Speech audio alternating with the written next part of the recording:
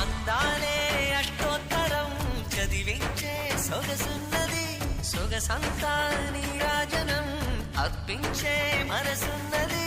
మధుర నేలు మా తెలుగు నాయకుల మధుర సాహితీ రసికతలో కట్టబొమ్మ తొడగొట్టి లేచిన తెలుగు వీర ఘన చరితలలో